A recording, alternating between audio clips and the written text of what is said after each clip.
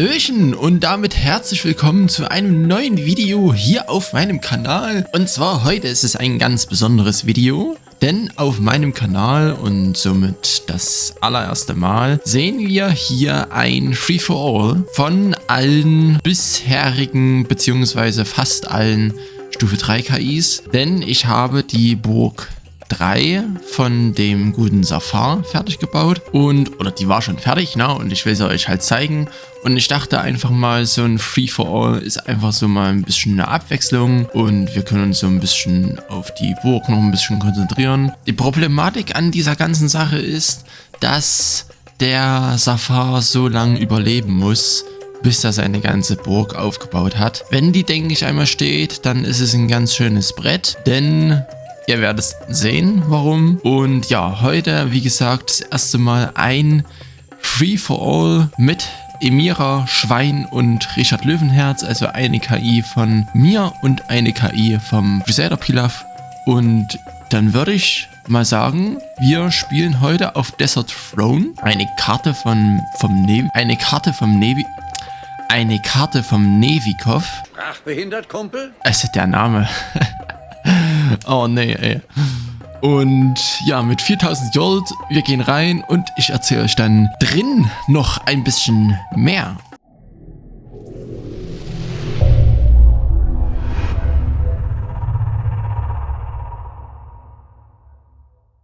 So, da wären wir auch und wir starten oder wir schauen natürlich am Anfang gleich auf den Safar, denn ihr wollt ja die Burg 3 sehen und der eigentliche Krux oder die Problematik an der ganzen Sache ist, dass der Safar wie es Schwein Target Choice Gold hat und somit einmal komplett über die ganze Map rammeln kann, wenn er zum Beispiel auf ein Richard Löwenherz geht.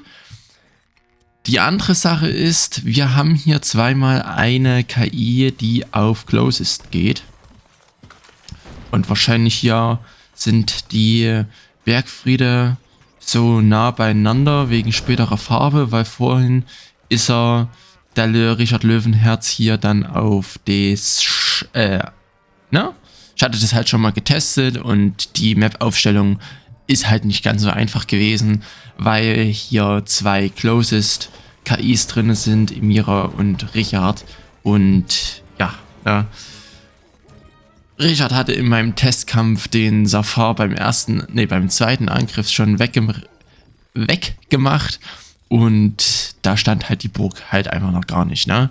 So, ich kann euch schon mal sagen, das hier ist die größte Burg vom Safar, vielleicht die schwächste Burg von der Verteidigung her, aber die stärkste Burg von der Wirtschaft her, denn ja, hier in diesem ganzen Sack, sage ich es jetzt einfach mal, erinnert vielleicht so ein bisschen an den Sheriff, weil der baut ja auch immer so einen Sack um seine Hauptburg drumrum oder so. Bloß, dass sein Sack halt hier draußen steht, quasi so an dem Rand und hier steht es halt in der Mitte. Na, in der Mitte. Ja, genau. Und dann ist halt hier viel mehr wirtschaftlicher Bums halt möglich. Also er hat mehr Bäckereien, er hat auch mehr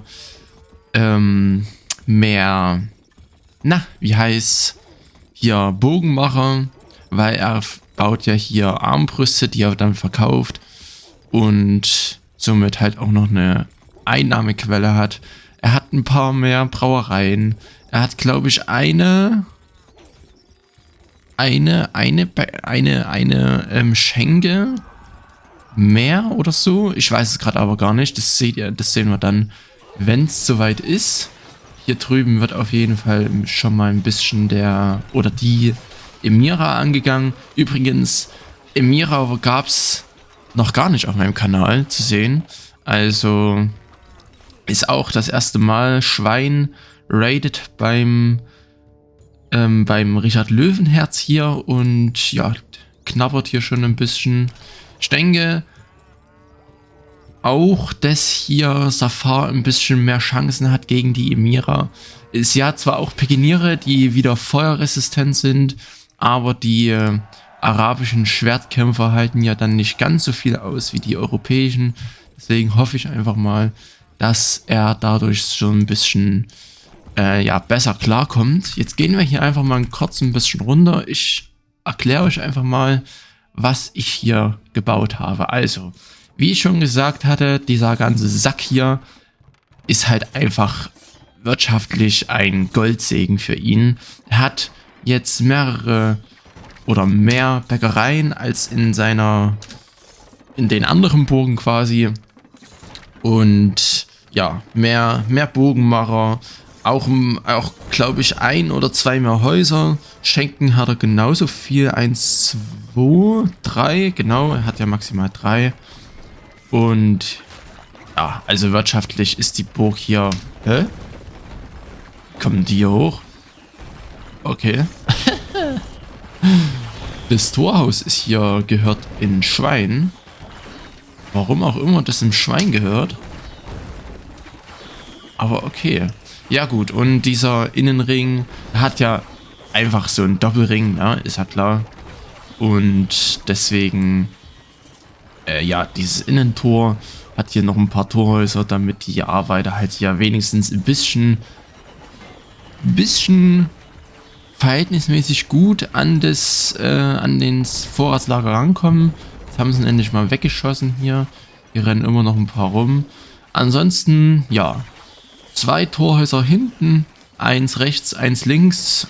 Wieder kleine Torhäuser, also damit relativ Schwachpunkte an der Burg quasi.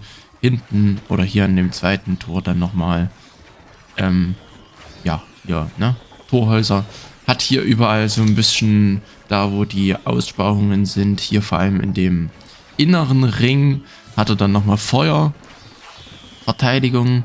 Und hier kommt gerade die Emira, die schickt hier schon ein paar Pikiniere los, aber nicht ganz so viele, wie ich es vermutet hatte. Deswegen denke ich, passt es, schon besser mit zusammen, wenn der Safar gegen die Emira kämpft.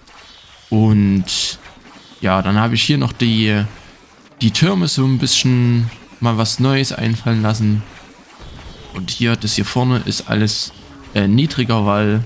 Und ja, der Turm ist hier quasi so ein bisschen eingemauert. Die restlichen nur vorne hier und der halt gar nicht, ne? Wie man es halt sieht. Die Mangen hier machen schon einen ganz guten Job, denke ich.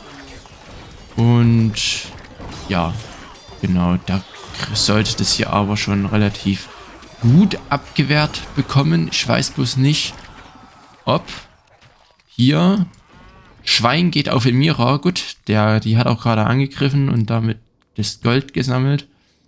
Was natürlich sehr gut ist für den Safar, weil wenn er, glaube ich, 2 oder mehr Angriffe tanken muss, dann ist mit ihm dann gleich wieder Schicht im Schacht. Aber ja, das sollte hier nicht allzu viel machen. Richard geht ja auf Emira. Schwein dann halt mit Target Choice Gold. Ja, Safar hat hier mit Abstand die größte Burg. Ne? Alle anderen Burgen sind wieder kleiner. Aber ich wollte halt so ein bisschen Varianz noch mit reinbringen. Ne?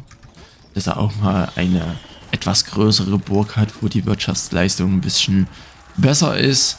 Und ja, hier dieser kleine... Hier brennt. Hier dieser kleine... Dieser kleine... ja, wie nennt man das?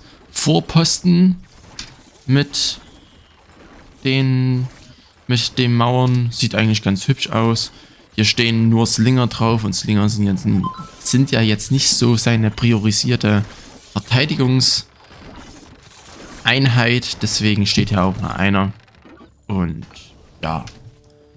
Na so, hier Schwein geht wieder auf den Richard. Währenddessen Emira vom Richard angegangen wird. Somit denke ich, hat der Richard hier am meisten Gold. Ne, ist Schwein sogar. Ja gut, aber kann sich ja nicht selber angreifen, deswegen hier Richard. Und Safar hat hier 194, sollte also bald rauskommen. Bin mal gespannt, auf wen er gehen wird. Er hat ja auch Target Choice Gold. Gold? Genau.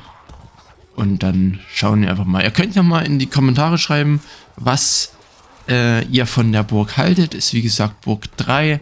Ist natürlich, klar, feueranfälliger, weil die ganzen Gebäude hier sehr eng beieinander stehen. Und auch jetzt nicht so viel, also wenn hier eingeschossen wird und dann schießt eine Balliste auf die Pfeilmacherei, dann ist halt sehr schnell das Feuer lichterloh am Brennen. Deswegen hat er auch ein paar mehr Brunnenarbeiter. Oder Brunnen, heißen Brunnenarbeiter? Ja, ist dasselbe, ne? Und deswegen passt es, denke ich, schon. Der Ausgleich. Wenn ich merke, dass das hier sehr schnell gegen den Kalif oder gegen die KI halt, der sehr viel auf Ballisten setzt, dann werde ich da auf jeden Fall noch ein paar mehr Brunnen hinbauen. Und jetzt geht er hier auf... Wen geht er denn? Schwein greift an. Schwein greift an. Das ist natürlich jetzt mieses Timing, aber Safar wendet sich jetzt auch... Wollte eigentlich erst auf Emira gehen und jetzt hat sich nochmal umentschieden, aufs Schwein zu gehen. Schwein hat ja, denke ich, am größten die Schwierigkeiten hier durchzukommen. Hier stehen... Ach ja, also die Verteilung von den Feuerwerfern ist wieder geil, muss ich sagen. Also, ja gut, alles klar. Und ich hatte ja auch gemeint, dass bei der Burg 2, die ihr in dem letzten Video gesehen habt, da ich nochmal gucken wollte, ob ich da vielleicht nicht die Posten vergessen hatte. Und nee, die sind da gewesen. Oder die sind da. Und ja, also ich weiß nicht, wie die KI die Feuerwerfer priorisiert. Oder welche Positionen die halt priorisiert. Deswegen stehen wahrscheinlich auch jetzt hier wieder 2 und hier 2 und dort einer. Ja gut, da steht immer einer, aber hier stehen 2. Und na, also die Verteilung ist ein bisschen fragwürdig. Aber gut, so ist es halt. Ne? Ist halt auch Stronghold Crusader, was 2001 rausgekommen ist. Ich hoffe ja vielleicht, dass es mit dem UCP-Patch 3.0 soll ja jetzt bald rauskommt oder irgendwie so eine neue Version, glaube ich, habe ich gehört. Und dass es da vielleicht geändert werden kann oder geändert worden ist. Hier die Pikeniere, wo latschen die denn hin? Schickt auf jeden Fall schon relativ viele oder mehr Pikeniere hin und vor allem mit dem positiven Angstfaktor, ja, ist natürlich dann schwierig, ne, für den Safar. Jetzt brennt es hier noch ein bisschen. Was die anderen hier machen, das frage ich mich auch, aber okay. Hier hinten wird ein bisschen an dem Torhaus geknabbert, aber nicht so schlimm. Ja, das Torhaus hier ist halt jetzt auch mit zugegangen, somit ist halt die Wirtschaftsleistung ein wenig gebremst. Jetzt ist hier offen. aber die verbrennen alle, die ganzen Arbeiter. Eieiei. Na klasse.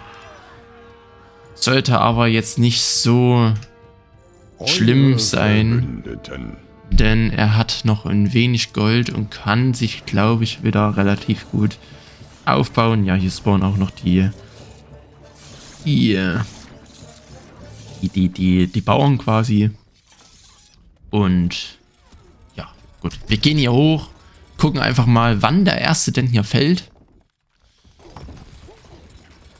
Und schauen mal. Schwein geht hier auf einen Richard, weil Richard wahrscheinlich gerade angegriffen hatte oder so.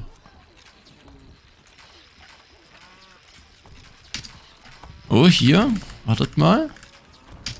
Wie sieht's denn hier aus? Nee. Kommt noch ganz gut zurecht damit. positiver und negativer Angstfaktor klären das dann so halbwegs. So, dann gehen wir hier wieder rauf mit der Geschwindigkeit. Hier drinnen, ja, ist halt umkämpft, was natürlich den Safar hier so ein bisschen in die Karten spielt, ist, dass er mit auf Getreide, also Brotproduktion geht und nicht auf Apfel- oder Käsereien angewiesen ist, wie hier Schwein oder Richard. Das ist natürlich für die ein bisschen ja, schwieriger zu handeln, wenn da jedes Mal die Bauern oder die Kühe halt weggeschossen werden. Wo ja hier eigentlich die Kühe und die Bauern relativ geschützt sind, beziehungsweise ganz gut arbeiten können. Aber liegt wahrscheinlich daran, dass Safar nicht wirklich raidet mit Fernkämpfer. Er hat ja gerade mal ein paar Slinger als Fernkämpfer. Jetzt kommt hier Emira raus und Safar gleichzeitig. Safar hat hier die ganzen Baumeister von der Emira weggeschlitzt. Hatte nur einen einzigen Rambock aufbauen können. Ja, und man sieht es, denke ich, auch hier. Positiver und negativer Angstfaktor spielen hier wirklich stark in die Karten von Emira. Konnte er wenigstens ein bisschen Gold einsammeln. Naja, nicht wirklich. Aber dadurch er ja hier so eine gute Burg quasi hat, kann er ja ganz gut Gold erwirtschaften, auch wenn er jetzt im Angriff kein Gold ansammeln konnte. Frage mich, warum die ganzen Pikiniere nicht hier an die Mauer gehen, sondern immer an die Mauer. Aber okay. Sollen sie halt machen. Dann ist es hier hinten, ist vielleicht auch ganz gut, weil hier hinten direkt die Feuerverteidigung noch ist, so ein bisschen. Und hier halt jetzt schon 3. Hier oben stehen auch 3 Feuerwerfer. Ja. Naja, gut. Schwein geht glücklicherweise auf. Emira, gut, der Angriff läuft ja auch Ewigkeiten. Könnte, das ist natürlich jetzt richtiges mieses Timing. Beziehungsweise, wenn hier das Schwein nochmal umschwenkt, nee, Emira hat einfach zu viel Gold. Könnten sich jetzt... Ich habe geschworen, mein Volk zu schützen. Und ich werde bis zum Letzten kämpfen, um diesen Schwur zu erfüllen. Das Schwein könnte jetzt hier die Emira weich klopfen und den Richard hier den Weg ebnen, wenn sie sich nicht gegenseitig der Armee wegknallen. Ja, also die kämpfen hier ein bisschen gegeneinander. Aber vielleicht, wenn hier Richard so ein bisschen die arabischen Schwertkämpfer wegklatscht und dann hier das Schwein hinterher sticht, weiß ich nicht, vielleicht reicht es trotzdem. Schwertkämpfer vom Richard sind auf jeden Fall alle tot. Kommen die Pikiniere hoch, weiß gerade nicht, steht relativ weit hinten. Das ist es das? Ja, das ist es, glaube ich. Na, ich sollte nicht drehen, aber sie schafft es noch. Es kommt hier noch so ein bisschen der Safar hinten rein, aber das sind wahrscheinlich nur Sorties oder so. Oder ist es ein Angriff? Nee, das sind Sortie-Einheiten. Okay. Ja, aber Emira wurde hier schon angegangen. Ich weiß gar nicht, ob die einen Heiler hat. Ja, doch, hat sie. Aber ja, hier oben sind ja schon relativ viele angegangen worden. Deswegen wird es wahrscheinlich ein bisschen dauern, bis sie geheilt wird. Wir schießen noch ein paar Störkatapulte drauf. Ja, aber auf jeden Fall schon interessant. Ich fand es vor allem cool, wie hier Crusader Pilaf die Mauer gebaut hat. Sieht richtig putzig aus. Aber cool. Na, aber auf jeden Fall schon interessant, was denn trotzdem Schwein und Richard ausrichten können, wenn beide auf Emira gehen. Obwohl sie jetzt nicht in einem Team sind. Hätte jetzt noch Schwein noch ein paar mehr Pikiniere gehabt, dann wäre wahrscheinlich Emira jetzt hier down gegangen. Aber so hat sie noch ein wenig Zeit, hat jetzt zwar hier ihre Baracken verloren, aber gut, wann kommt denn hier der gute Safar raus? Er sammelt hier auch ganz schön Truppen an. Aber Schwein hat jetzt hier 370 knapp. Safar etwas mehr als 300. Löwenherz etwas mehr als 300. Schwein könnte jetzt theoretisch auf den Safar gehen. Und Richard auf Emira. Gucken wir mal. Schwein hat hier mit noch am meisten Gold. Immer noch. Aber warum der Safar hier so ewig braucht? Weiß ich nicht. Okay, geht schon, Schwein geht schon wieder auf Emira. Okay. Also die Emira wird hier ganz schön gemobbt. Das ist schon echt heftig. Das ist schon sehr heftig. Könnte jetzt der Safar das Schwein hier auskontern, wenn er denn mal sich dazu entscheiden würde anzugreifen. Weiß gar nicht, warum der so viel Truppen gerade sammelt. So eine hohe Attack for Space hat er ja jetzt nicht. Nicht so wie der König Ludwig. Und jetzt kommt er raus.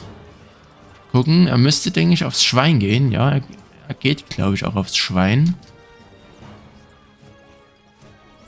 Mal schauen, wie das wird. Mira hat hier den Angriff vom Schwein ganz gut abwehren können. Schwein hat weniger als 100 Truppen. Hier kommen jetzt noch Raids, glaube ich, durch. Eieiei, jetzt passiert hier an 2 Fronten was.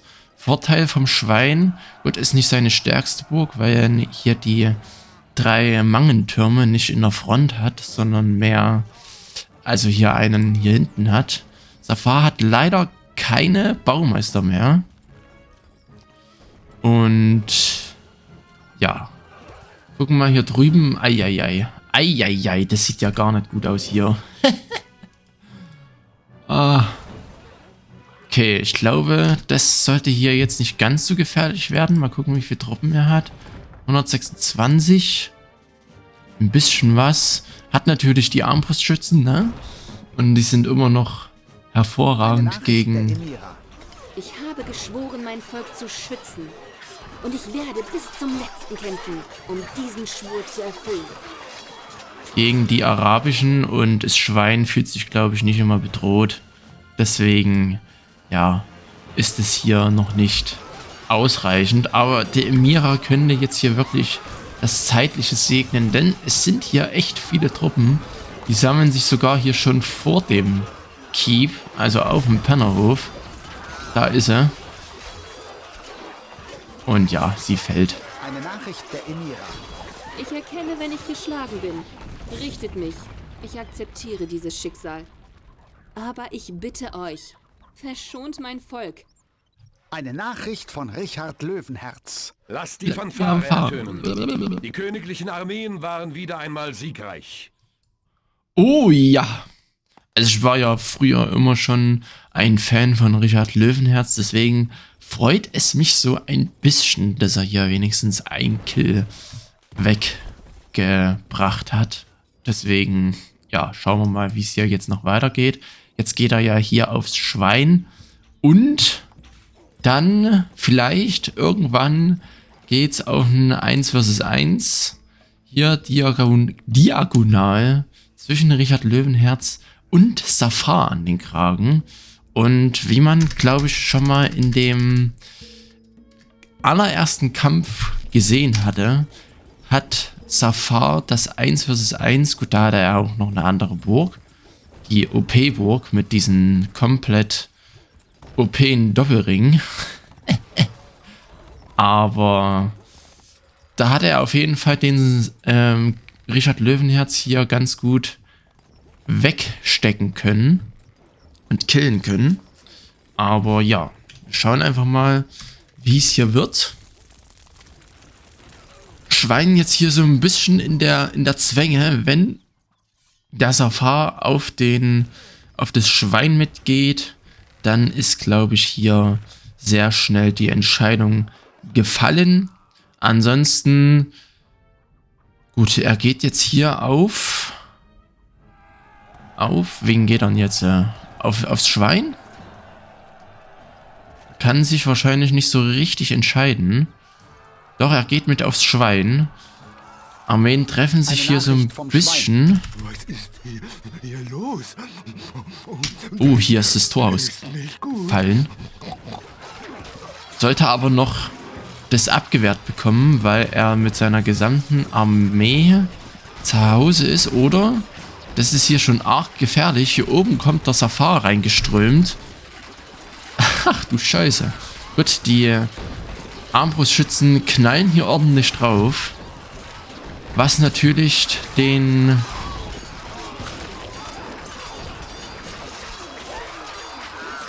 Und wer schafft's? Eine Nachricht vom Schwein. Safar arbeitet vor und Richard Löwenherz knallten, schlitzten weg. Eieiei, das waren jetzt Nachricht von 2 Richard Kills. Löwenherz. Lasst die Fanfare ertönen. Die königlichen Armeen waren wieder einmal siegreich. Sehr schön gemacht. Richard, mein Guter.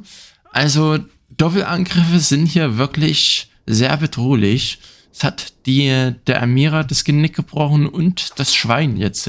Vor allem besonders interessant finde ich, dass hier Safar von der Seite hier reinkam, mit seinen arabischen Schwertkämpfern das Feuer von den notrekrutierten Armbrustschützen auf sich gezogen hatte und dann das Schwein, glaube ich, auf gelb oder sogar rot runtergeklopft hatte und dann Richard Löwenherz einfach den Kill abgestaubt hat. Ach, das war schon sehr schön anzusehen, muss ich sagen. Hat mir sehr gut gefallen. Und jetzt schauen wir mal, wie hier die Burg gegen die Angriffe vom Richard Löwenherz standhält. Zumal ja der Richard Löwenherz noch ein paar Angriffstruppen übrig hatte, oder im Gegensatz zum Safar, der ja alles verloren hat. Hier wird ein bisschen mit den Störbalisten rumgeschossen. Ja, hier Raid-Pikiniere kommen nicht durch. Naja, schauen wir mal. Also im offenen Feld, Ackermatch quasi, kann sich, denke ich, der Richard hier ganz gut durchsetzen, wegen seinem positiven Angstfaktor. Jetzt treffen sie sich schon wieder hier vor dem Toren oder vor der Burg vom Safar. Und ich weiß gar nicht, der Safar hat, glaube ich, ein paar mehr arabische Schwertkämpfer. Kriegt jetzt hier schon ganz gut, naja, was heißt ganz gut, er verliert auch ordentlich Truppen am Richard Löwenherz, aber auch Richard Löwenherz hat nicht mehr ganz so viele Angriffstruppen wie ohne das Ackermatch quasi. Jetzt knabbern die hier endlich mal. Okay, ist also kein Bug. Ich dachte, das ist ein Bug, dass sie nicht hier vorne knabbern wollen, aber Gott, die Lieblingsposition ist, glaube ich, hier hinten. Die Baumeister werden hier weggeschlitzt, aber ich glaube, da ist der Safar nicht böse drüber. Dann entsteht wenigstens kein Bauarbeiter-Bug. Hier, gut, das Torhaus war gerade eingerissen, aber er hat zu viele Schwertis verloren.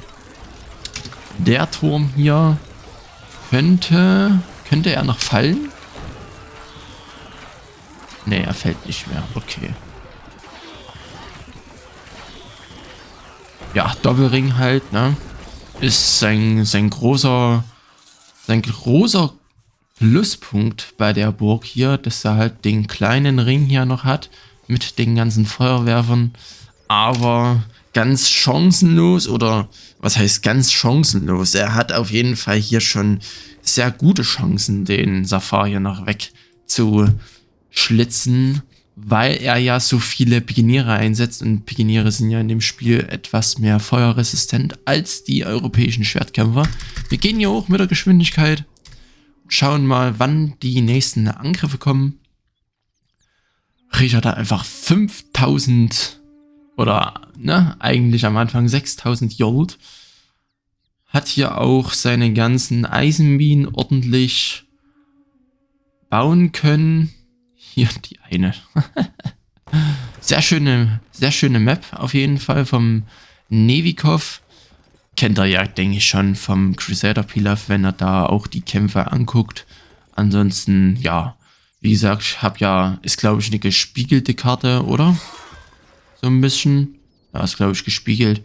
Aber bei solchen Positionen quasi, wo man Free-for-All drauf spielen kann, ist glaube ich mit Unregelmäßigkeiten schwer zu machen, weil ja, die KIs brauchen ja alle die gleichen Voraussetzungen, ohne dass ja jetzt eine KI benachteiligt ist, und deswegen ist da glaube ich das schon sehr vorteilhaft, wenn man da eine gespiegelte Karte mit reinnimmt. Jetzt kommt hier Safar, kriegt auch mal ein paar Ramböcke aufgebaut. Gucken, ob die überhaupt irgendwas machen können, wegen den defensiven Raids hier. Und die kriegen vielleicht hier den kleinen Turm eingerissen. Das auf jeden Fall. Feuerwerfer schüttet aus. Jetzt kommt Richard Löwenherz. Verliert seine ganzen Baumeister. Eieiei. Das könnte jetzt hier ein guter Zeitpunkt für einen Safar sein, wenn er hier jetzt ganz gut durchkommt. Vielleicht. Mal gucken. Hier fehlt noch so ein bisschen die... Jetzt ist hier Durchbruch auf jeden Fall. Aber Richard Löwenherz hat hier noch ordentliche Angriffstruppen daheim. Und die reichen auch noch. Und somit schauen wir hier oben drauf, was der Richard Löwenherz jetzt macht beim Safar. Hat wie gesagt keine Baumeister mehr, also auch keine Belagerungsgeräte mehr für den Angriff parat. Hier kommen jetzt noch ein paar Sorties raus, die aber gleich weggeschlitzt werden. Sind noch ordentlich Truppen. Hier laufen noch ein paar an der Seite rum, aber ich denke jetzt hier frontal ist mit dem Turm hier die größte Schwachstelle. Ein Torhaus ist noch offen. Ansonsten verteilen sich die Angriffstruppen vom Richard schon ordentlich beim Safar. Aber naja, gut. Ja. Vorteil wäre natürlich, wenn die hier diesen dünnen Ball hier einhauen oder wegknabbern. Aber ja, Feuerverteidigung ist natürlich am Start. Anders kennt man ja den Safar hier nicht. Jetzt kommt hier noch von hinten die Feuerverteidigung. Wird vielleicht ein Tick zu früh gezündet. Aber wahrscheinlich reicht's trotzdem. Torhäuser sind wie gesagt alle zu. Warnblinker sind am Start. Hier vorne ist alles leer. Sieht auch hübsch aus. Wenn hier so die Mauern quasi einmal in der Hälfte geteilt sind. Aber ja, sollte jetzt noch relativ gut abgewehrt werden können. Nee, abgewehrt. Ach, ich weiß nicht, Deutsch ist schwer.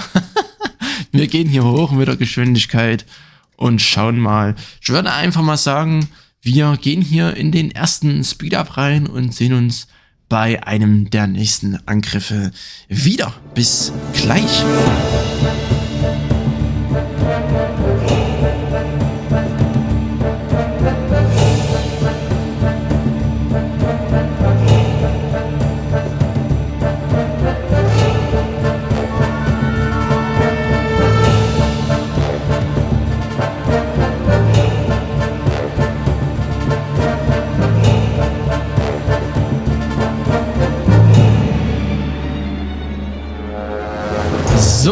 Da sind wir wieder bei dem Angriff vom Safar auf den Richard Löwenherz. Richard Löwenherz hat hier aber auch schon ordentlich Truppen. Ja, kommt jetzt raus aus seiner Burg. Verliert wahrscheinlich wieder alle Baumeister. Jo. Die kriegt er immer sehr gut weggeschlitzt. Angriffstruppen vom Safar können sich schon sehen lassen. Also sind auf jeden Fall schon ordentlich viele am Start. Und ja. Wie sieht es denn hier aus? Hier ist die Stelle zum Durchbrechen. Jetzt hier offen. Und auf beiden Seiten. Eieiei, von beiden. Oh, das war's. Das war's. Der Safar hat ja von 2 Seiten den Durchbruch erzielt. Und somit... Eieiei. Ja gut, das sind hier, glaube ich, zu viele Schwertkämpfer. Auch mit negativen Angstfaktor. Der Pechkipper verschüttet. Eine Nachricht von Richard Löwenherz. So wurde ich besiegt. Und meine Knochen müssen in dieser elendigen Sandwüste ruhen. Eine Nachricht vom Safar. Ihr seid besiegt und nun werde ich euer gesamtes Volk niederstrecken. Eieiei, der ganze Matschhaufen hier. Au, au, au, das tut mir richtig leid um die ganzen Schwertkämpfer da. Aber ja, hier Richard Löwenherz war das Arbeitstier vom Safar, ne? Also er hat sich gar nicht hier die Hände schmutzig gemacht. Der gute Safar hat alles dem armen Richard Löwenherz hier machen lassen. Hat hier 2 Kills, aber dann am Ende dann trotzdem der doppelte Durchbruch vom Safar hat ihm dann doch das Genick gebrochen. Mensch, es ist aber auch heute wieder schwer mit dem Deutsch. Ja, 165 Gebäude hat er zerstört, der Safar. Und gar nicht mal so viel ist Schwein. Hat gerade mal 88. Genauso viel wie der Richard Löwenherz, auch interessant. Aber war auf jeden Fall ein spannendes Spiel. 230.000 Gold. Da sieht man, glaube ich, die Wirtschaftsleistung von der Burg 3 mit negativen Angstfaktor und 108 Bevölkerung. Sonst hat er ja, glaube ich, 92 oder so. Oder nur 100. Also, glaube 1 oder 2 Häuser mehr hat er in der Burg. Ja, na. 4000, ach du Scheiße, 4300 Truppen. Fast das Doppelte, was das Schwein ausgebildet hat. Danach kommt mit einem riesigen Abstand, knapp 800 weniger, der Richard Löwenherz und Emira ganz weit abgeschlagen mit nur 1212. Eine geile Zahl. Ja, Emira hat hier so ein bisschen das Nachsehen gehabt, dadurch die ja auch gesandwiched wurde. Naja, gut. Ich denke, das war ein ganz guter Kampf. Ich hoffe, er hat euch gefallen. So, dann habe ich alles gesagt. Ich denke schon, das nächste Video wird wahrscheinlich wieder mit dem König Ludwig sein. Vielleicht mache ich da auch mal ein Free for All. Muss ich mal schauen. Aber ja, ne, passt auch gerade sehr gut zu seinem Charakter, ne? Weil er ja immer alle anderen das machen lässt, was er nicht machen möchte. Und somit, ja, hat er halt eiskalt den Richard Löwenherz abgestaubt. Gut, ich höre jetzt auf zu schnacken. Lasst sehr gerne eine Bewertung da. Ansonsten vielen Dank fürs Zuschauen. Bleibt gesund, haltet die Ohren steif und bis bald. Tschüssi!